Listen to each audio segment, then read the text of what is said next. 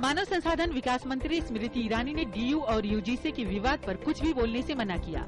DU प्रशासन और UGC के बीच डिग्री कोर्स की समय सीमा को तय करने को लेकर छिड़ा विवाद अब तक किसी निष्कर्ष पर नहीं पहुंच पाया है।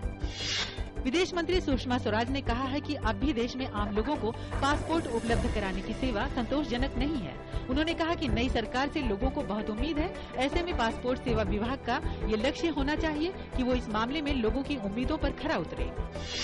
प्रधानमंत्री नरेंद्र मोदी ने ग्रेट हिमालयन नेशनल पार्क को यूनेस्को के विश्व धरोहर में शामिल किए जाने पर बधाई दी। सोशल साइट से ट्विटर पर दिए अपने संदेश में प्रधानमंत्री ने लोगों से वहां की यात्रा की योजना बनाने की अपील की है।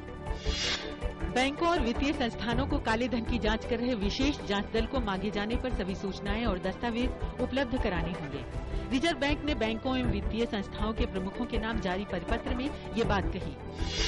सार्वजनिक सेवाओं के बारे में लोगों को जानकारी देने वाली मोबाइल सेवा को संयुक्त राष्ट्र में सम्मानित किया गया। मोबाइल के जरिए दी जा रही इस सेवा को संयुक्त राष्ट्र सार्वजनिक सेवा पुरस्कारों में बहरीन, ब्राजील, कैमरून, कोरिया और स्पेन के बीच दूसरा स्थान हासिल हुआ।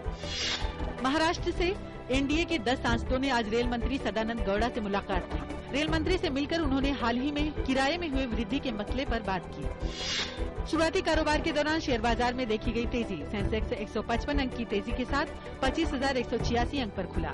निफ्टी भी 32 अंक की तेजी के साथ 7,525 अंक पर पहुंच गया।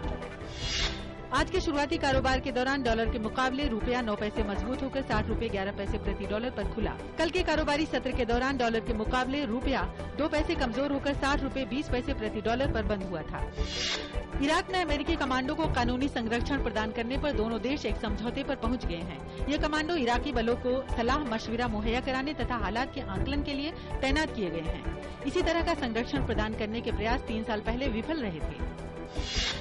यूक्रेन संकट के हल के लिए रूस के राष्ट्रपति व्लादिमीर पुतिन और अमेरिकी राष्ट्रपति बराक ओबामा ने कल फोन पर बात की। राष्ट्रपति पुतिन ने क्षेत्र में युद्ध विराम लागू करने पर जोर दिया ताकि स्थिति सामान्य हो सके। फीफा वर्ल्ड कप में देर रात खेले गए एक रोमांचक मुकाबले में ब्राजील ने कैमरून को 4-1 से करारी शिकस्त देकर राउंड ऑफ 16 में प्रवेश कर लिया। ग्रुप बी में अपने आखिरी मैच में स्पेन ने ऑस्ट्रेलिया को 3-0 से हराकर जीत के साथ प्रतियोगिता से विदाई ली। चिली और नीदरलैंड के बीच ग्रुप बी का आखिरी मुकाबला खेला गया। चिली को ये मैच 2-0 से गंवाना पड़ा। एक अन्य मैच में मैक्सिको ने क्रोएशिया को 3-1 से हराकर अगले दौर में प्रवेश किया।